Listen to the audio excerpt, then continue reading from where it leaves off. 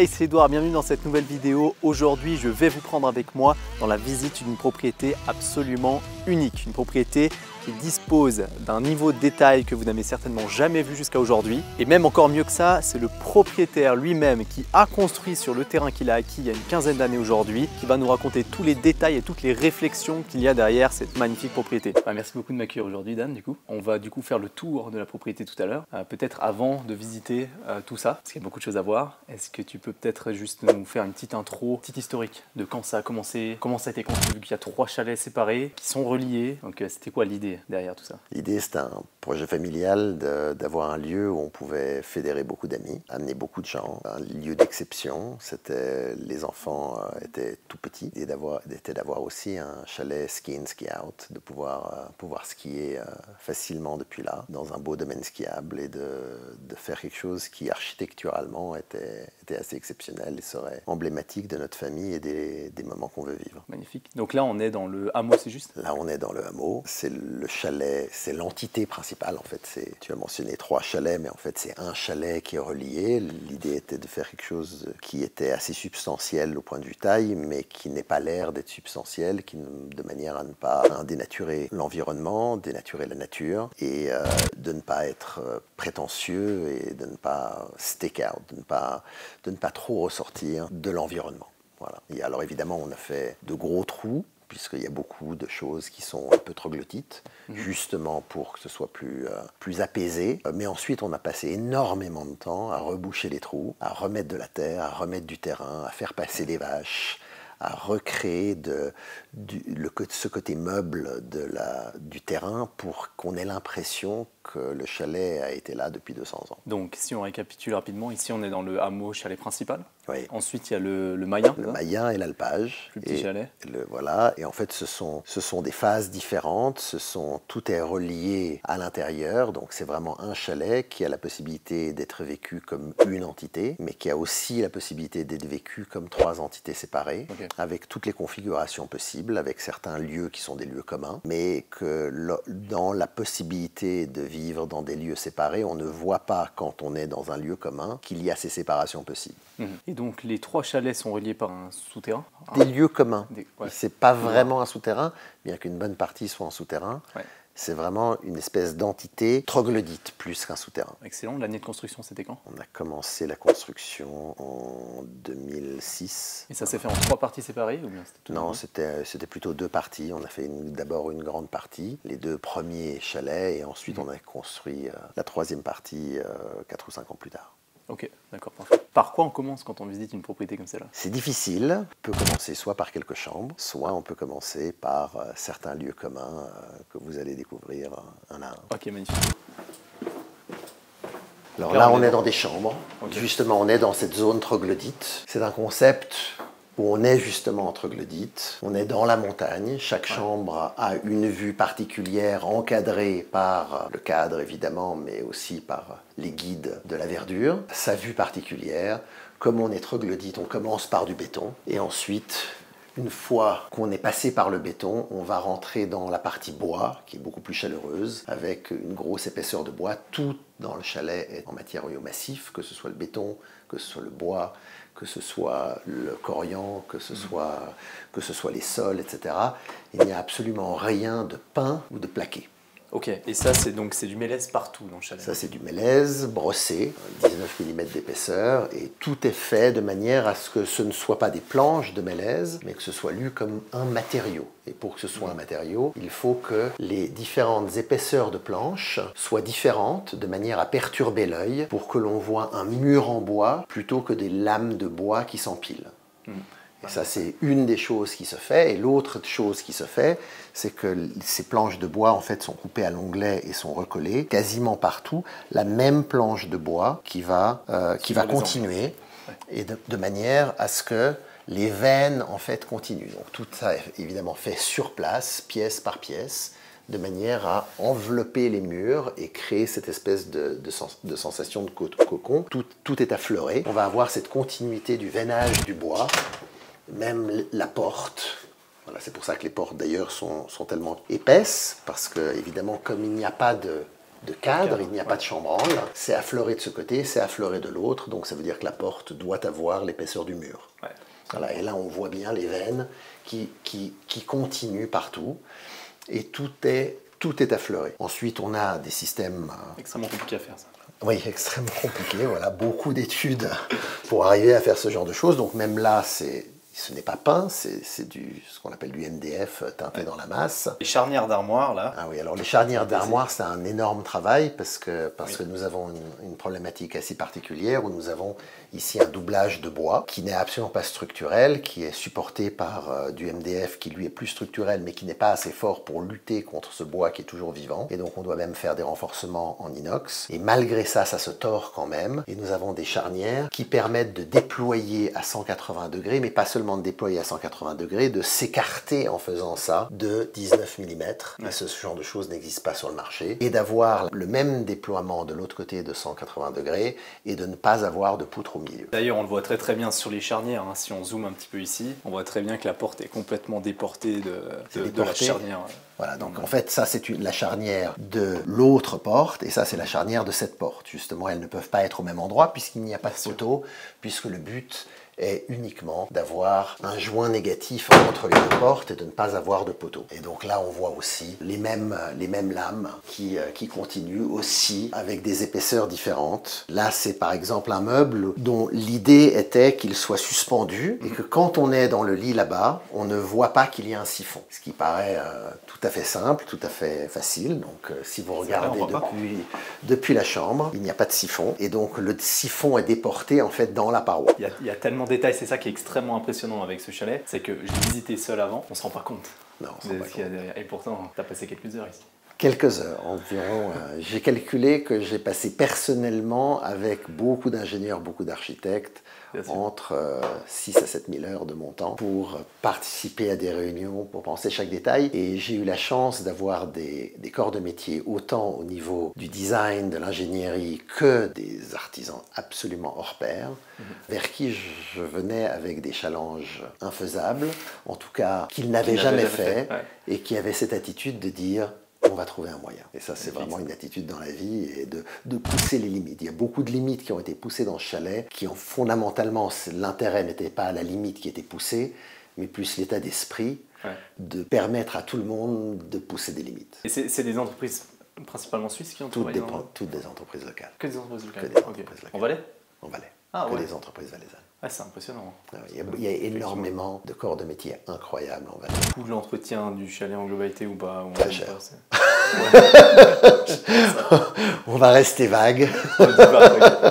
Forcément. C'est une œuvre qui demande beaucoup d'entretien, beaucoup d'amour, beaucoup de connaissances, beaucoup de compétences. Et de nouveau, on a la chance en Valais d'avoir tellement de compétences qui sont capables de... Il n'y a pas un technicien qui pourrait gérer ce chalet. Alors voilà, il y a des techniciens qui le gèrent avec beaucoup d'entreprises extérieures qui viennent en renfort pour telle ou telle spécialisation. J'ai vu aussi, je voulais noter avant qu'on quitte la pièce, il y a des stores ici. Donc il y a des stores. Donc entre la salle de bain et la... Parce que même quand on est en couple, des fois on a envie d'une certaine intimité. Une certaine intimité, voire d'une intimité certaine. Et donc, on a la capacité, évidemment, d'obstruer la salle de bain. Ça serait dommage de ne pas pouvoir le faire. Voilà. Et tous ces réflecteurs, en fait, ont été faits sur mesure pour l'endroit. L'idée était principalement d'éclairer les murs et que la lumière soit parfaitement harmonieuse. On le voit mal parce qu'il fait trop jour, mais je vais peut-être vous le montrer dans un autre endroit. En fait, ce mur est parfaitement léché. Et en fait, ces lumières qui sont totalement à l'intérieur lèchent le mur de telle manière que l'intensité lumineuse est la même absolument sur tout le mur, en ayant une lampe qui est totalement affleurée. Même concept, même style, une autre vue, un autre angle, les mêmes matériaux, toujours 3 matériaux, béton, bois, verre. Il n'y a rien d'autre. Chaque lieu décliné avec les mêmes matériaux de manière un peu différente. Évidemment, cave à vin nécessite une petite sécurité, donc je vais mettre mon doigt magique. Voilà une cave à vin, une sorte de grotte de nouveau, on est troglodyte, on est dans le béton, on a le même béton dans les murs, mais par contre cette fois-ci, le béton au plafond est un béton qui a été fait avec des vieilles planches de manière à donner un côté beaucoup plus granuleux. Ce sont les mêmes spots qui vont descendre, mais pour que ce béton en dessus duquel il y a le salon, ici on est à 13 degrés, le salon est à 19, on ne veut pas Donc il y a une tranche de béton, il y a 20 cm d'isolation et il y a une deuxième tranche de béton. Voilà, donc en dessus, il y a beaucoup d'isolation, justement, toujours pour essayer, malgré évidemment une construction assez lourde, de faire qu'au point de vue vie de l'objet, dans la mesure du possible, moins de gaspillage d'énergie. Voilà, maintenant je t'invite volontiers dans le spa. Avec grand plaisir. Donc espace commun ici. Ça, c'est un espace commun. Voilà. Donc voilà un lieu de détente, De une nouveau sorte dans la montagne. de piscine jacuzzi. C'est non ouvrant. On a une vue extraordinaire, imprenable, de nouveau guidé. On est toujours troglodyte. On est troglodyte, donc pas dans un rez-de-chaussée, mais on n'est pas dans un sous-sol. On a tous les avantages du rez-de-chaussée sans en avoir les inconvénients. On a ici un hammam. C'est un lieu assez incroyable parce que donc, le mandat donné à l'architecte était « je veux pouvoir être seul ou à deux et que ce ne soit pas trop grand, et je veux pouvoir être à 10 et que ce ne soit pas trop petit ». Et c'est quelque chose d'assez difficile à faire. Et c'est un endroit de convivialité où on parle, où on passe du temps, on passe de là à la piscine, on revient de la piscine à là, on va au sauna, on va à la douche, on revient. Donc tout est géré par l'iPad. Hein. Tout est géré par l'iPad. Les lampes, là, je peux descendre l'écran et on va passer des soirées à regarder, à voir un film qui passe. Voilà, donc comme l'écran est translucide, bon là il y a beaucoup de lumière, ça ne fonctionne évidemment que pendant la nuit. Bien sûr. On peut le voir d'un côté comme de l'autre. La moindre lampe est gérable depuis l'iPad ici. Chaque lampe individuellement peut être allumée ou éteinte depuis l'iPad. La musique, on peut la mettre dans n'importe quelle chambre. On peut mettre la même, on peut mettre une musique différente. Tu peux avec ton iPhone mettre de la musique dans ta chambre, la mettre dans un lieu commun, la mettre dans le spa, la mettre au fitness, la mettre où tu veux. Donc piscine à débordement ici. Piscine à débordement. Hammam, on l'a vu derrière. Hammam, et puis il reste sauna ici. Salle d'eau avec les douches. C'est une sorte de grotte. Et comme c'est une sorte de grotte, tout devient arrondi. En fait, ce sont le même bisazza qui est ce carrelage de pâte de verre translucide italien avec des formes tout arrondies. C'est une sorte de grotte qui nous mène dans les douches et dans le sauna. Comment ça s'appelle ça? Ça, c'est bisazza. Bisazza, ok. Avec le sauna, même chose. Un bois particulier qui fait qu'on ne se brûle pas. Et une luminosité qui fait que quand on est couché, il n'y a aucune lumière au plafond. Je déteste ces saunas où tu te couches et paf, tu as forcément le spot qui te rentre dans l'œil. Donc là, tout est en lumière indirecte. Ouais. Mais évidemment avec des boutons en bois et pas des boutons en métal parce que à 90 degrés, ça fait mal. Ah oui, bien sûr. C'est tout bête, mais il faut penser à ce genre de détails. Il faut penser à tout, ouais. Au début, je n'avais pas prévu de mettre à l'intérieur des locaux de stockage des empreintes digitales, ce genre de sécurité. La vérité, c'est qu'il y avait une clé et que gérer des clés dans un chalet comme ça, c'est un tel cauchemar qu'effectivement, ce genre de choses, par derrière, on a réussi à récupérer parce qu'on ne peut absolument pas toucher une lame parce qu'il faudrait, c'est la même lame qui va de là à là et donc cette lame de là à là, en fait, pour y accéder, il faut démonter depuis en haut jusqu'en bas. Et encore, on a de la chance, ce mur n'est pas trop grand, mais sur un énorme mur, il faut démonter le mur, ce qui est un travail absolument colossal pour faire un petit trou. Complètement. Voilà. Le chalet, puisqu'on est là, je te disais tout à l'heure que le chalet est séparable, puis c'est une unité, mais il est séparable en différents endroits. Mais le but est qu'on ne sache pas qu'il est séparable quand il n'est pas séparé. Donc là, tu passes par là, tu as l'impression que c'est un couloir normal. Seulement, ici, tu t'es pas rendu compte, j'imagine, qu'il y avait une porte, et qu'avec cette porte, en fait, je peux, grâce à l'iPad, je peux bloquer cette porte de manière à ce que ça devienne un mur. Et donc, je peux allouer ces deux chambres au hameau. Ou bien, je peux au contraire laisser cette porte ouverte, fermer l'autre et allouer ces deux chambres aux Mayens. D'accord ? Donc tout est modulaire, mais quand tout est ouvert, je ne voulais pas qu'il y ait une porte, on se dise pourquoi est-ce qu'il y a une porte ici ? Exact, on voit rien. Voilà, donc il y a encore beaucoup de chambres. Donc ça, c'est ce qu'on appelle un terrazzo. En fait, c'est du marbre concassé qui est broyé, qui est mélangé à un onguent, qui va en faire une pâte. On va prendre du verre de Murano qui est cassé main, qui est placé selon un calpinage défini par l'architecte, de manière à accompagner ce mur rouge et nous accompagner à l'intérieur du chalet vers le spa. Et ensuite, une fois qu'on a placé ce verre de Murano, on va couler l'onguent marbre dessus et autour. Et une fois à la bonne altitude, j'ai envie de dire, et ensuite on passe les machines et on ponce le tout. Mais là, pour couler des distances pareilles. Alors il y a des joints de dilatation évidemment. Ouais. Tu vois un joint de dilatation ici, tu vois un joint de dilatation, évidemment que ça a craqué à côté du joint de dilatation, parce que sinon ça serait trop simple. Voilà. Donc ça c'est le béton, là on parlait tout à l'heure du béton, il n'est pas peint en rouge, c'est dans la bétonneuse que l'on rajoute la couleur. Donc la bétonneuse est colorée à l'intérieur et elle coule du béton de cette couleur. Alors comment on fait les... Et en fait il y a différentes couches parce qu'il y a différentes teintes. On voit très bien ici qu'il y a une teinte plus foncée, une teinte un peu moins foncée, une teinte encore moins foncée. Donc évidemment ça a été voulu pour accompagner cette ouverture. Et cette ouverture, c'est une sorte de fenêtre, on ne sait pas sur quoi. Alors on a fait une fenêtre sur ce que l'on veut. On pourrait y mettre de l'art, on pourrait y mettre de la verdure. Voilà encore une séparation pour donner certaines chambres à un chalet versus l'autre. Ce genre de séparation va se fermer, mais quand c'est ouvert, on ne remarque pas qu'il y a une porte. Ça, c'est vraiment très important de les cacher. On parle de lumière. Alors là, on le voit très bien, par exemple. Vous voyez que la seule lumière ici, ce sont ces spots qui sont totalement encastrés. Donc comment, techniquement, d'un spot qui est totalement encastré, je vais pouvoir éclairer un mur de tout en haut à tout en bas et que ce soit absolument totalement régulier. Alors évidemment, que tu me diras, les 5 premiers centimètres, il n'y a pas de miracle, on n'y arrive pas. D'accord. Mais à part les 5 premiers centimètres, on voit que c'est totalement régulier comme luminosité. Et ça, c'est extrêmement difficile à faire. Les gens qui viennent ne le remarquent pas, c'est pas le but, d'accord. Mais moi, je le remarque. Et maintenant, toi, tu le remarques aussi. Oui, voilà. C'est extrêmement bien fait. Je dis que dans plein d'endroits, dans toute cette zone troglodyte, on a ces puits de lumière. Est-ce qu'ils apportent énormément de lumière ou pas? Franchement, je ne suis pas sûr. Mais ils apportent cette sensation qu'on n'est pas dans un sous-sol, parce que nous ne sommes pas conceptuellement dans un sous-sol, nous sommes dans un étage troglodyte.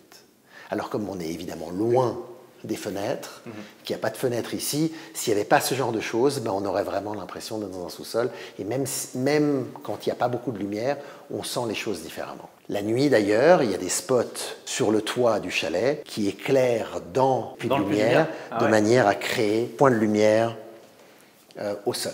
Nous allons dans le Mayen. Donc ça, c'est la plus petite construction. Ça, c'est la plus petite construction.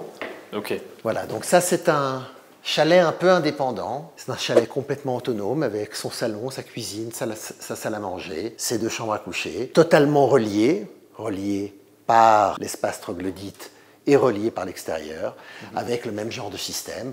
Toujours la même chose, ces espaces ces couvertures de bois. Autre chose qui est particulière ici, c'est le plan de travail de la cuisine. Beaucoup de plans de travail de cuisine sont faits en inox, mais généralement c'est une feuille d'1 ou 2 mm d'inox collée sur du bois. Ça, c'est une planche d'inox massif. Ça ne fait que 10 mm, mais c'est 10 mm d'inox. Voilà un exemple de quelque chose qui a été conçu très à la fin. Donc on savait qu'on voulait une bibliothèque, mais je ne voulais pas juste une bibliothèque. Il fallait que ce soit quelque chose qui avait un sens et qui avait une histoire et qui avait une réflexion. Un jour, j'ai imaginé un système en me disant, parce que je suis obsédé d'optionnalité et d'être capable de pouvoir changer les choses si je le veux, l'idée était d'avoir une flexibilité totale sur, justement, comme je ne savais pas quel type de bibliothèque je voulais, était justement de permettre de donner à cette bibliothèque une vie très longue, parce que n'importe quel propriétaire, après moi, après ma mort, mes enfants, leurs petits-enfants ou autres propriétaires, quels qu'ils soient, pourraient se dire, en fait, je ne veux pas un tablard ici, je ne veux pas un rectangle ici, en fait, je veux un rond ici, un triangle là. Alors, en fait, l'idée, c'est d'avoir des trous qui sont partout. Et dans ces trous, si je peux mettre un tablard, parce qu'évidemment, je ne veux voir aucune vis, ça serait trop simple. Et donc, j'ai juste une petite barre comme ça. Je rentre à l'intérieur, j'ai le filetage derrière, je visse, et là, je peux me suspendre, je peux mettre des centaines de kilos sur chacune de ces tiges, tout tiendra. Et donc, je peux décider d'utiliser ce trou pour faire une sorte de trapèze, pour faire la forme que je veux. C'est totalement l'égoïsé. Alors la vérité évidemment, c'est qu'une fois qu'on a la flexibilité totale, on se sent très libre et on n'a absolument jamais le besoin de le changer. Bien sûr. Mais je n'ai pas le besoin de le changer parce que je sais que je peux le changer. Comme beaucoup de choses dans la vie. Alors dessus, là, une mezzanine. Voilà un lieu idéal pour mettre 10 canapés, matelas transformables, un lieu d'adolescent. Ouais. Voilà, une échelle de meunier. Le vrai chalet, le vrai Mayen. Voilà. Voilà, 2 chambres, 2 salles de bain, toutes les armoires à l'intérieur invisibles. Alors ça c'est très différent, on n'est pas troglodyte, là on est clairement dans un rez-de-chaussée, des fenêtres. Tu n'as pas vu de volet sur la façade. Non. En fait le volet est un morceau de la façade et c'est complètement affleuré. Donc il n'y a pas de volet quand le volet est ouvert et qu'on voit la fenêtre. Ouais. Mais forcément quand une partie de la façade glisse pour couvrir la fenêtre, elle découvre un autre endroit de la façade qui est à nu et qui n'est pas une fenêtre. Ah bah oui. Et cet endroit-là, plutôt que de faire de nouveau du bois, alors ça fait bois sur bois dans un nu différent, on en a profité pour faire une couleur spécifique. Et chaque chalet, en fait, lui donne une touche un petit peu différente. Je ferme ce volet. Évidemment, ça va couvrir le verre. Et c'est un autre verre qui va apparaître. Et en fait, les fenêtres ne sont pas ouvrantes. Et l'aération se fait à travers des vantaux qui s'ouvrent, qui sont à côté, que l'on voit très bien ici, qui peuvent permettre de faire l'aération. Alors généralement, on n'a pas besoin d'aération puisque tout est en double flux. Non seulement on n'a pas besoin, mais on a besoin de pas. D'accord. J'incite de ne pas ouvrir parce que ça ne sert à rien d'humidifier, de purifier l'air et de récupérer la chaleur de l'air qui sort, de l'air vicié, pour le mettre avec des échangeurs de chaleur dans l'air propre qui rentre, sans que les airs se mélangent. Ça ne sert à rien de faire tout ça si c'est pour ouvrir la fenêtre. Voilà. Je vous parlais tout à l'heure de ces spots directionnels qui vont éclairer les puits de lumière depuis le sommet du toit et qui vont donner une lumière à l'intérieur. Ça, on ne se rend pas compte, mais il faut y penser. Il faut y penser au départ. Savoir où on sort ce câble, pour quelle lampe qu'on va mettre où. Exactement. Il faut que tout soit câblé à l'avance. Et je pensais d'ailleurs, ici, les toits, la toiture, donc la couverture est en pavillon. Ce sont des pavillons, absolument. Pourquoi alors les pavillons pas... D'abord parce que la pierre, ce n'est pas de cette région. Ici, originellement, c'est les pavillons. Et le respect des matériaux et du type de construction de la région était quelque chose qui était très important. Donc tous les matériaux qui sont là, en fait, sont des matériaux de la région. C'est-à-dire toutes les pierres qui sont dans les différents salons viennent du Val d'Ost. Donc quand je dis de la région, ça ne veut pas dire que c'est forcément de cette vallée-là. Mais ça ne vient pas du Brésil. Il n'y a aucune pierre du Brésil. D'accord. Le mélèze, c'est un arbre de la région. Alors, il n'y a pas suffisamment de mélèze en Valais. Alors, il est vrai qu'on a un peu triché et qu'une partie du mélèze va venir d'Autriche. Mais de nouveau, ce n'est pas du bois du Brésil. Donc ces 2 chalets sont, on l'a vu, reliés par en dessous. C'est un peu la place du village, les gens se réunissent, il y a tout le terrain autour, on arrive à ski ici et on repart à ski directement depuis ici. Et dessous, là, il y a le spa d'ailleurs. Et dessous, il y a le spa qui donne troglodyte sur la vallée. Alors, dans les chalets, généralement, il y a une entrée mouillée, une entrée sèche. L'entrée mouillée, c'est le local ski. On arrive avec les skis, etc. Et l'été, évidemment, qu'on n'a pas besoin de rentrer par le local ski pour rentrer dans le chalet. Donc si on entre ici, on va être en entrée sèche. On va peut-être aller dans le local ski. Voilà un système. Quel ski y aura-t-il dans 50 ans? Des skis larges, des skis épais? Est-ce que ça aura une forme biscornue? Comment est-ce qu'on peut mettre un porte-ski qui soit solide et complètement modulable? Voilà, donc j'ai dessiné une forme en L de manière à ce que ce soit extrêmement solide. Et ça, tu l'as fait dans chaque local à ski alors? Dans chaque local à ski. Voilà. Tu m'as posé une question à propos du plafond tout à l'heure. Oui. Alors à l'origine, en fait, tout ce plafond était en béton brut. Seulement le problème du béton brut avec de la pierre du Val d'Ost, c'est la résonance. Donc au point de vue phonique, c'était absolument intenable. Donc je me suis dit qu'il fallait absolument trouver une sorte de plafond phonique. Comment trouver un plafond phonique qui va respecter le béton, ne pas l'annihiler, au contraire le mettre en valeur? Ça a été un projet sur lequel j'ai ruminé pendant plusieurs années.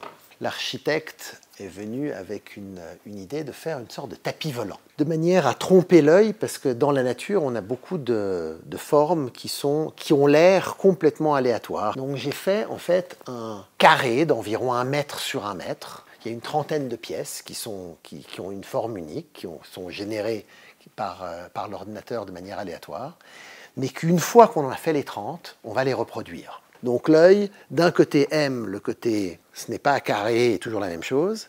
D'un autre côté, il aime, et il le voit, j'imagine, qu'il y a quand même une certaine régularité que lui perçoit, même si tu ne te rends pas compte. Donc derrière, il y a un absorbant phonique pour que quand il y a beaucoup de monde. Ouais. Et en fait, chaque plaque, c'est aimanté. C'est aimanté. Okay. Et en fait, sont mises sur des aimants boules de manière, parce que ça forme un triangle. Ouais. Et je peux dévisser chaque boule, et visser celle-là, et dévisser celle-là, et le remettre. Et donc derrière, ça c'est de l'absorbant phonique, il y a environ 5 cm d'absorbant phonique. Je vais remettre la plaque, et elle n'est pas plate. Donc toutes ces plaques ondulent de manière à casser la régularité. Je casse la régularité par l'ondulation. Je casse la régularité en mettant des formes complètement aléatoires, mais qui se répètent quand même. Et ça permet aussi de répliquer le plafond à l'infini. Parce que je peux, en fait, coller ces plaques qui sont environ d'1 mètre autant de fois que je veux, à l'infini, et créer cette espèce de tapis volant qui, loin d'annihiler le béton, en fait, le met en valeur. Ici, on a la même chose que dans l'autre cuisine. Plan de travail en inox. Plan de travail en inox, tout est affleuré. Comme dans toutes les cuisines, lorsque je ne cuisine pas, je veux avoir la hotte qui est le plus haut possible. Mais quand je cuisine, surtout dans un espace ouvert comme ça, je veux avoir la hotte qui est le plus bas possible, de manière à ce que ça aspire le mieux. Là, je vais allumer la hotte au maximum. Là, elle fonctionne à fond. Ah ouais? Oui. Comment ça fait ça? Le moteur est sur le... Il y a un énorme moteur, mais il est sur le toit. Incroyable. Là, c'est une cheminée, qui est une cheminée transparente, avec cette structure en métal brossé, miroité, avec toute la lumière qu'il y a autour, on ne la voit quasiment pas. Évidemment qu'une cheminée ouverte ne sert à rien. On a dessiné un système. Lorsque elle est éteinte, ou non allumée, on va dire, on lève les vitres, mais évidemment que pour faire le feu, on va fermer les vitres et on va pouvoir voir le feu des 4 côtés. Cette bibliothèque, en fait, c'est une bibliothèque structurelle qui tient en fait l'escalier du bas en haut. Ah oui. Alors la grande question dans une bibliothèque structurelle comme ça, c'est quel matériau? Et en fait, on a trouvé quelque chose qui ressemble à un matériau, qui sont des plaques en résine, avec de l'avoine qui a été coulée dans la résine. D'accord? Alors de nouveau, l'avoine, c'est quelque chose qui ressemble à nos contrées. C'est pas une plante exotique. Ça rappelle un peu la végétation qu'il y a à l'extérieur. Donc là, on a un couloir dans lequel on va rentrer, qui va nous relier au dernier chalet, et qui est un couloir très difficile parce que le mandat était « je veux un couloir qui ne soit pas un couloir ». Toujours difficile, ce genre de mandat. Et un couloir qui n'est pas un couloir, ça veut dire rien n'est droit, mais on a besoin de se sentir stable quand même. Oui. Donc rien n'est droit, on a toujours notre béton teinté dans la masse qui continue. De l'autre côté, on va faire un autre béton, mais on va quand même le traiter, mais on va le traiter différemment et vous allez comprendre pourquoi on va avoir ces lignes que l'on a créées. Mais surtout l'éclairage. L'éclairage, c'est la chose absolument la plus compliquée ici, parce qu'on va avoir des plaques ça se voit. qui ondulent, qui sont différentes, qui illuminent et qui ont une forme telle que le bord est une ligne parfaite et qu'entre elles, il y a toujours le même écart, toujours ces joints négatifs. L'intérêt de ce plafond, outre l'éclairage, c'est que derrière, il y a énormément d'absorbants phoniques. On a du terrazzo, on a du béton. Si en plus, on n'avait pas d'absorbant phonique en dessus, on ne pourrait pas se parler, tellement il y aurait de résonance. Là, on peut se parler, on s'entend bien, on peut même se parler d'un bout à l'autre du couloir. Tout est tellement absorbé vers le haut qu'on n'entend rien. Et la seule chose qui nous permet de ne pas avoir le mal de mer, en fait, ce sont ces lignes. Ce sont ces lignes contre ce béton qui, en fait, c'est du béton brut. Et en fait, ça stabilise notre œil. C'est la seule chose qui nous donne un sens de l'horizontalité. Et ce couloir, entre autres, nous mène au dernier chalet, mais va aussi nous permettre d'accéder à une salle qui est une sorte de salle polyvalente, une salle de cinéma, une salle de musique, une salle de danse ou une salle de conférence. C'est un bar parfait pour les fins de soirée qui s'ouvre sur une salle de spectacle. Ouais. Et alors ici, c'est extrêmement bien insonorisé. Hein. C'est véritablement une boîte dans la boîte. Donc il y a une boîte de béton et à l'intérieur de la boîte de béton, on va recréer une boîte. Donc on va mettre de l'isolant absolument partout sur les murs et sur le sol. Et on va recouler du ciment au sol. On va recréer des murs en plot plein sur l'extérieur, mais après l'isolant. Et on va recréer un plafond qui est totalement fermé, qui est suspendu évidemment au plafond en dessus de la première boîte, mais qui est suspendu avec un système de suspension qui ne va pas transmettre le son. C'est-à-dire, parce que si on met des vis pour le suspendre, tout le son, toutes les basses vont passer à travers. Donc en fait, ce sont des grosses vis comme ça, avec des silent blocks, et une autre vis qui vient là, et entre deux, il y a du caoutchouc, et donc il n'y a aucun contact entre le métal d'ici et le métal de là. Donc ici, on peut mettre tous les décibels qu'on veut, on sort dans le couloir, on n'entend rien. Et ici, derrière chaque plaque, en fait, il y a énormément de technologie, il y a différentes choses. Bon, derrière certaines de ces plaques, évidemment, il y a des haut-parleurs, il y a 32 haut-parleurs dans la pièce. Il y a ce qu'on appelle des bass straps, c'est-à-dire que ça va absorber les basses. Donc ce sont des plaques de bois que l'on a coupées, que l'on a éventrées, et ensuite on a recollé la plaque de bois avec du caoutchouc dans le trou qu'elle a créé. Treble bass, qui est de la mousse qui attrape les aigus, et les bass straps. Donc il y a des bass straps, des treble bass, des haut-parleurs. Il y a aussi, derrière certaines de ces plaques, des toiles de camion tendues, comme un tambour, parce qu'au contraire, il y a certains endroits où on veut réfléchir la lumière.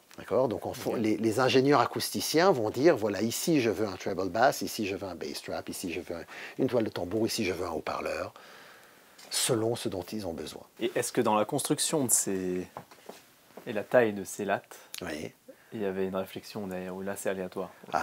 Il n'y a rien qui est aléatoire, mais évidemment que chaque latte, donc elles ont toutes la même largeur, et par contre elles ont toutes une longueur et une profondeur différentes. Et donc ça fait en fait l'idée, d'abord il y a l'idée de la mélodie, d'accord, on est dans une salle de musique quand même, il y a l'idée de la mélodie, et il y a aussi l'idée des touches de piano, d'accord, donc ça ressemble à une partition en touche de piano. Et cette machine à popcorn, oui, ça vient d'où ça?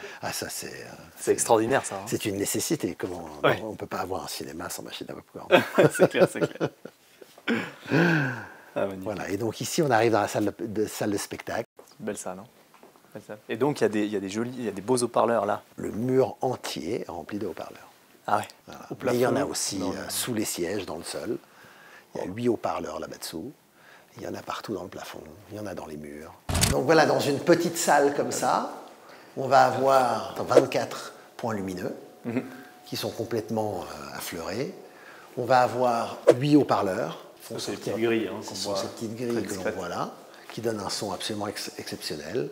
On va pouvoir faire du sport dans une pièce assez agréable, parce que je n'aime pas suffisamment le sport pour aller dans une cave pour en faire. Et puis on peut voir les volets qui sont faits, parce que fermer des volets sur une fenêtre triangulaire, c'est très difficile. Donc on a des lamelles que je vais pouvoir bouger ici. Ah ouais. Voilà. Donc là comme ce n'est pas une chambre pour dormir, il y a moins de lames, mais en fait ces lames qui sont aussi du mélèze, parce que l'idée c'est que tout le chalet soit recouvert de mélèze. Il n'y a absolument aucune exception. Encore une chambre, similaire, différente. Là, il y a peut-être un petit détail que je ne vous avais pas montré, je déteste les prises. D'accord, donc j'ai dessiné sur SketchUp un système qui me permet d'avoir en fait toutes les prises USB avec les USB différents, avec prises électriques, et en fait de pouvoir recouvrir ça et avoir juste le câble dont j'ai besoin pour mon téléphone qui va sortir, et que ce soit la même plaque de bois qui va continuer avec la même veine du bois pour recouvrir ça, pour qu'on ne voit pas les prises. Sur SketchUp, tu as dessiné tout ça? Ah ouais, c'est incroyable. Ouais, on fait des choses sur SketchUp absolument incroyables. Ah, c'est un truc de fou. Hein. Voilà, et donc depuis ici, en fait, on a la vue sur le hameau et le Mayen. Je voulais te demander d'ailleurs, toi qui as quand même une belle carrière dans l'immobilier maintenant, depuis toutes ces années, hein, pour toi c'est un peu c'est l'accomplissement. C'est un projet de vie, c'est un projet familial. C'est la quête de l'excellence, c'est repousser les limites, c'est faire quelque chose de beau. J'ai toujours été fasciné par l'architecture, par le design. Et le design, c'est pas ce qui est beau, le design, c'est ce qui est esthétiquement intéressant. Parce que la beauté, pas la beauté, le goût, c'est quelque chose de totalement subjectif. Par contre, de manière beaucoup plus objective, il y a des choses qui n'ont aucun intérêt esthétiques, qui peuvent être très agréables à regarder, mais qui n'ont pas d'intérêt. Et puis il y a des choses qui sont beaucoup moins agréables à regarder, qui sont esthétiquement très intéressantes. C'est pour ça que des fois on se dit, mais comment ont-ils pu classer cet immeuble? Ben oui, ils ont classé cet immeuble pas parce qu'il était beau, parce qu'il n'était pas beau, parce qu'il est représentatif d'une époque, parce que quand il a été créé, c'était un concept totalement nouveau, parce qu'il y avait une innovation, parce qu'il y avait une idée derrière, il y avait une vraie réflexion, et c'était un architecte qui a vraiment inventé quelque chose. Voilà, c'est ce qui permet de comprendre pourquoi certains immeubles des années 60 que l'on trouvait dans les années 80 absolument monstrueux, qui n'ont pas été forcément construits d'une qualité extraordinaire. Aujourd'hui, on se rend compte que certains immeubles des années 60, pas tous, ont été à leur époque quelque chose de très intéressant et donc mérite classement. Donc j'ai voulu créer quelque chose, c'est pas une question de classer, pas classer, mais j'ai voulu créer quelque chose qui était esthétiquement intéressant. On peut aimer, on peut ne pas aimer, mais on ne peut pas dire ça n'a pas été réfléchi, ça n'a pas été poussé, il n'y a pas de ligne directrice, il n'y a pas une volonté vraiment de streamline, comment dit-on, de rendre toutes ces idées fluides pour trouver une certaine cohérence dans cette esthétique-là. Donc ici on a 8 haut-parleurs dans la pièce. On a 8 haut-parleurs qui sont complètement cachés dans le plafond acoustique. Donc on a une très bonne qualité de son. Voilà, une très bonne qualité de son, mais totalement transparente. Voilà. Donc ça c'est une salle de jeu. Pour, troisième pièce et dernière pièce avec le sol en bois debout. Exactement, le sol en bois debout, avec partout évidemment des prises de sol. Voilà, mais ça c'est une salle pour petits et grands enfants. Donc en fait la buanderie, il y a beaucoup de gens, il y a beaucoup de monde, il faut gérer cet espace, il faut gérer beaucoup de lessive, il faut gérer le linge, les serviettes, etc., les draps, etc. Mais il faut aussi gérer le linge personnel de tout le monde. Et je ne sais pas si tu as vu le film The Founder qui relate l'épopée McDonald's. Et à un moment donné dans ce film, il y a une scène absolument extraordinaire. Ils sont avant de construire le premier McDonald's, ils sont sur un terrain de basket avec une craie. Et ils dessinent.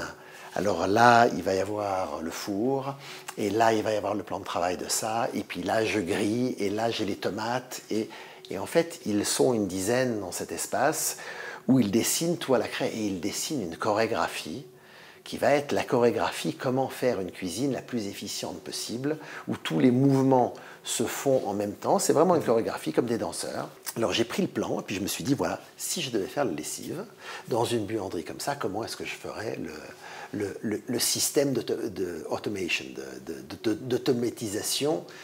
Et en fait, j'ai créé 8 stations de travail qui sont indépendantes et qui permettent à du personnel d'être sur une station puis sur une autre ou d'avoir plusieurs personnes qui sont dans des stations différentes. En fait, c'est un cercle qui se fait. C'est un circuit, quoi. Un circuit. Et je peux avoir quelqu'un qui repasse, quelqu'un qui fait l'étiquetage, quelqu'un qui lave à la main en même temps, ou je peux, il y a beaucoup d'étiquetage à faire, ok, alors la même personne peut passer 2 heures ici, 2 heures ici, 2 heures ici. J'y ai passé beaucoup de temps pour essayer d'optimiser et j'avais vraiment ce film, The Founder. Est-ce que tu as partagé ce circuit avec les professionnels que tu allé voir ou pas? Non, j'ai pas. Mais vraiment, j'ai essayé. Pendant 6 mois, j'ai essayé de trouver des professionnels. J'ai essayé d'appeler des hôtels. Mais qui a fait votre buanderie? Comment vous faites dans les sociétés de lavage professionnelles? Tous les plans que je voyais sur Internet partout, c'était juste des rectangles normaux où clairement il y avait aucune, en tout cas moi je n'y voyais aucune logique dans l'optimisation des différentes stations de travail. J'ai sûrement fait beaucoup d'erreurs, mais en tout cas j'ai essayé. Alors on a notre mur rouge qui nous accompagne, c'est une sorte de fil rouge, qui nous a permis de rentrer dans le chalet, de nous accompagner et de nous amener jusqu'au hameau et de nous amener jusqu'à l'alpage. Qui nous amène jusqu'au parking. Et qui nous ramène jusqu'au parking. Et là, on a la place suffisamment de place pour mettre toutes les voitures qu'il faut pour qu'il n'y ait aucune voiture à l'extérieur. En fait, l'idée, c'est que je déteste les voitures, je déteste les routes, et c'est pour ça qu'à l'origine, quand j'ai acheté ce terrain, le critère principal de l'achat de ce terrain, c'est qu'il n'y avait pas d'accès de voiture. Ouais. Donc on est bien au-delà de la piste de ski, de l'autre côté de la piste de ski, donc par définition, jamais il n'aurait pu y avoir de voiture. C'est pour ça que j'ai acheté ce terrain. Malheureusement, au cours de la planification du chalet, a été construit sous la piste un tunnel qui a donné accès en fait à toute cette zone. Donc j'ai complètement enterré le parking. Voilà, elles sont très bien où elles sont, mais moi je ne veux pas les voir. D'ailleurs, l'entrée du parking est très discrète. Et ça, c'est aussi un autre point. Ouais. C'est que je ne voulais pas que quand on arrive chez moi, ce qu'on voit, c'est une façade de porte de garage. Ouais. Voilà, donc il y a une rampe qui fait un S, de manière à ce que lorsqu'on arrive, on ne voit pas du tout l'entrée du garage. Ouais. On ne sait pas où il faut aller. On ne sait pas où il faut aller. J'étais moi-même d'ailleurs pas certain. Donc ça marche. C'est vrai, ça marche. Génial. Personne, ni les voisins, ni moi, ne peuvent voir l'entrée de ce parking directement. Ouais. Et là, il y a en plus le haut vent qui fait que vraiment, elle est complètement cachée. Ah oui, depuis le chalet, on voit rien. Donc tu vois, là, on est là, et on ne voit absolument pas l'entrée du garage. Alors oui, on voit on devine, on se dit qu'il doit y avoir quelque chose par là-bas en bas, mais c'est assez fluide. Faire une pelouse plate, et on a des ratraques, on a des machines super faciles. Ouais. Mais alors faire quelque chose qui donne l'impression que, tu vois, c'est tout petit, qui fait que si c'est pas plat, ça devait être là il y a 200 ans. C'est ce qu'on a essayé de faire. C'est difficile à imaginer. Donc on n'a pas planté de l'herbe, on a planté du champ. D'accord, de la prairie. Et ce qui est assez impressionnant, je trouve, quand on arrive sur le terrain ici, c'est qu'effectivement, on ne se rend pas compte du tout du volume qu'il y a. Respecter l'endroit dans lequel on est, de manière à s'intégrer correctement, c'est vraiment une allégorie de la vie. On s'intègre architecturalement, on s'intègre culturellement, on s'intègre de toutes les manières pour respecter l'endroit, respecter l'histoire, respecter la culture. Voilà, donc... je te parlais de ces granges, voilà, ce sont les granges de l'époque, version moderne, c'est tout. Donc refaire cette végétation naturelle, en fait, est un travail absolument colossal, parce qu'évidemment, tout ça est un énorme trou. Voilà, et donc là, on a cette grille à 45 degrés qui permet de donner une sécurité totale et de ne pas tomber, mais sans faire parapet. Donc c'est totalement sécure, mais ça a l'avantage de la sécurité et l'avantage du fait qu'en fait on ne le voit pas, c'est transparent. Est-ce que tu sais quelle est l'épaisseur de terre qu'il y a entre le garage? Alors, entre le haut du garage... Plus ou moins, parce que vu que c'est pas plat... Alors, ça dépend. Il y a des endroits... Alors, de terre, on ne peut pas mettre plus d'1 mètre. Okay. Mais c'est de l'ordre de 60 à 80 cm, au point de vue poids. Par contre, entre le garage et la terre... il y a beaucoup d'endroits où il y a 1 mètre de Sagex. Ah oui. D'accord. Je ne peux pas mettre 3 mètres de terre parce que ça voudrait dire que le garage il doit avoir des poteaux qui sont 4 fois plus gros. Voilà, et donc là on arrive de nouveau à l'extérieur du hameau. Voilà, nous avons fait un tour assez complet. Absolument. Bah écoute, merci infiniment en tout cas. Mais un grand plaisir. Pour le tour, pour la visite, pour toutes les explications. Un grand plaisir de partager ça avec quelqu'un qui aime cet esthétisme et qui aime le travail bien fait, voilà, qui apprécie. C'est exactement ce que je retiens de ce chalet. C'est à quel point on peut aller dans le détail, dans tout ce qu'on fait, dans tout ce qu'on construit, dans tout ce qu'on bâtit. Et je pense que ce chalet est très représentatif de l'entrepreneur que tu es, quoi, et du détail que tu donnes. Merci. Et évidemment, on n'a été faisable que grâce à tous les gens qui ont participé, qui ont donné beaucoup d'impulsion, beaucoup d'énergie, beaucoup de compétences. Et un peu de travail aussi. quelques milliers d'heures. Quelques milliers d'heures. Magnifique. Merci. Merci à toi. Par hasard, pendant la visite de la propriété, Dan m'a laissé savoir que Patrick, l'architecte qui s'occupait de la construction de ce projet, allait passer au chalet justement aujourd'hui. Donc j'en profite du coup pour lui demander son avis sur comment s'est déroulée la construction d'un tel projet d'une aussi grosse importance. Ouais, merci beaucoup Patrick. Merci de m'interviewer. Effectivement, il y a toujours des projets exceptionnels dans une vie d'architecte, celui-ci en est un. Il en est un parce qu'il réunit en fait 2 ou 3 des composantes qui font qu'un projet devient exceptionnel. C'est le site d'abord, enfin, vous le voyez, c'est un site qui est exceptionnel, magnifique. Quand on l'a découvert avec Dan, c'était un immense terrain qui ondulait un tout petit peu, puis en face de nous, ce magnifique paysage. Et là a commencé à germer un projet, il y en a eu plusieurs. Hein. Et quand il s'est décidé que ça devait être le projet de sa famille, en fait, hein, pour pouvoir réunir un peu à la fois sa famille et ses amis, le programme était énorme. C'est un nombre des surfaces qui sont vraiment très très importantes. Au tout début, le projet était un peu moins grand qu'il n'est devenu, mais c'était un projet très important. Donc, une des préoccupations architecturales importantes, c'était de répondre évidemment à cette demande de programme, mais en même temps de rester dans l'idée qu'il s'agit de chalets. Et la définition d'un chalet, finalement, c'est quoi? Il faut qu'il y ait des proportions qui restent des dimensions encore raisonnables, entre guillemets, et des proportions qui font qu'on n'est pas dans un jumbo chalet. Donc tout le projet a consisté à mettre en place des volumes qui s'orientent toujours de manière différenciée par rapport au paysage. Aucun des volumes ne regarde vraiment l'autre, hein. Ils sont tous orientés de manière précise sur des éléments du paysage, et qui restent dans des dimensions de l'ordre du chalet, et qui permettent, notamment lorsqu'une fois que l'enveloppe est fermée, d'être extrêmement discret dans le paysage. Lorsqu'on tire les volets, par exemple, c'est comme une vieille grange qui est un peu posée sur le terrain. Ça, c'était une des premières choses. La deuxième, et qui est très importante, c'est le client, c'est la rencontre avec un client, rencontre avec un site, rencontre avec un client. Je connaissais Dan déjà, à l'occasion d'un ou deux autres projets, mais c'est la première fois que je travaillais pour lui, en direct. Et alors, il est à la fois extrêmement exigeant, mais aussi très ouvert à toutes les propositions. Si je lui dis, là, on va mettre un triple volume, là, on va faire un escalier suspendu, là, ça l'amuse aussi, hein.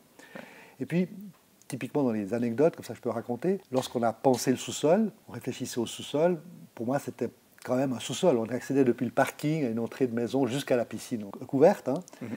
Donc le sol, pour moi, il devait être intéressant, mais ça ne devait pas être le plus beau sol de la maison. Et puis il me dit, mais non, moi je veux quand même que ce soit hyper beau. Et puis la pierre, on a mis de la pierre ici. Donc, puis il me dit, je veux très beau. Puis je dis, mais tu sais, le plus beau sol du monde, il est à Venise. Et puis, ouais, c'est quoi ça? Puis j'explique que Carlo Scarpa, un magnifique architecte italien, a construit notamment à Venise un sol en terrazzo où chaque petite pièce de verre a été dessinée, a été posée pour dessiner un motif, et puis c'est lié avec le terrazzo. Une semaine et demie plus tard, je vous assure, téléphone, Patrick, salut, je suis à Venise avec ma femme, c'est génial, c'est génial, c'est génial. Et on a fait ça. Donc on a été chercher les artisans du côté de Venise, c'est extrêmement compliqué, on a dessiné chacune des tomates, rouge, blanche, et on passe du rouge au blanc, du blanc à l'argenté. Ouais. Alors ça, c'est dans une expérience constructive, alors cette fois plus vraiment architecturale, mais constructive, et de choix de matériaux, c'est des occasions exceptionnelles. Ouais. Et la toute dernière, c'est ce plafond, que vous avez peut-être déjà regardé. Ouais. Alors ça, c'est aussi une très longue aventure. Je crois qu'on l'a à peine terminé, on l'a terminé il y a une année, donc 8 ans ou 9 ans après la fin de la construction du chalet. Parce qu'il y avait cette idée d'un béton brut, dont j'ai toujours dit que j'aimais beaucoup ce béton brut et qui me satisfaisait totalement et que j'étais pour ce béton brut ici. Dans l'autre chalet, on a fait plutôt du bois, mais qu'il y avait un problème de réverbération phonique et qu'il fallait trouver une solution d'absorption. À force de travailler, on est arrivé à cette solution. Et finalement, c'est l'idée d'un tapis volant à l'envers dont toutes les facettes peuvent bouger. Et je dirais, alors nous, on a beaucoup dessiné, mais Dan aussi. Donc le client s'est aussi mis à dessiner, à mettre en place des modèles mathématiques pour que la géométrie s'imbrique, et puis à trouver des solutions pour le suspendre. Et bon, ce genre de collaborations aussi sont extrêmement intéressantes. Bien sûr, il nous a dit d'ailleurs qu'il avait investi lui-même 6 000 à 7 000 heures. Ah oui, je pense bien. En plus, il a tout dessiné, parce que quand on dessinait quelque chose, il voulait vérifier, il voulait contrôler, il voulait regarder. Ouais. Ouais, il n'a peut-être pas passé autant de temps que nous, ça c'est normal, mais il en a passé énormément. Et surtout, il a appris à dessiner aussi, il a appris à dessiner à la machine et tout ça. Et puis bon, il y a toute une série d'épisodes et d'aventures comme ça, mais je dirais, très fondamentalement, c'était d'arriver à s'insérer, je dirais, de manière pas discrète, parce que c'est pas discret, c'est quand même des gros volumes, mais de manière un peu respectueuse dans le paysage. Et puis qu'il y ait ce dialogue en permanence. On l'a ici, on a les chambres du bas. Vous voyez, par exemple, une très grande partie du volume est totalement enterrée, sauf des canons de lumière, des canons de vue qui se donnent sur le paysage. Et ça, c'est quelque chose qui m'intéresse beaucoup, parce que ça veut dire qu'on peut construire beaucoup tout en restant très discret dans le paysage. Et ça, je pense que c'est intéressant. La même chose que la piscine, disons, de l'extérieur, personne ne peut imaginer qu'il y a une piscine pareille, ou un cinéma. Bon, le cinéma, c'est plus facile parce que c'est enterré. Mais disons, tous ces éléments qui constituent l'agrément et la possibilité d'une vie fabuleuse à la montagne, puis en même temps, quand même, de ne pas arriver comme un char d'assaut sur ces terres. Donc une belle expérience pour pour moi, c'est une expérience fabuleuse. Ouais. Puis alors j'avais fait toute première expérience d'architecture de construction en montagne, c'était pour moi, tout petit chalet, tout petit, qui m'a donné pas mal de succès pour construire d'autres petites choses, puis ça, c'est le gros chalet. Mais il y a beaucoup de choses qui se retrouvent, notamment dans la manière de travailler le bois, la manière de travailler les vitrages, la manière de travailler beaucoup d'éléments. Oui. Merci beaucoup pour votre temps. Merci à vous.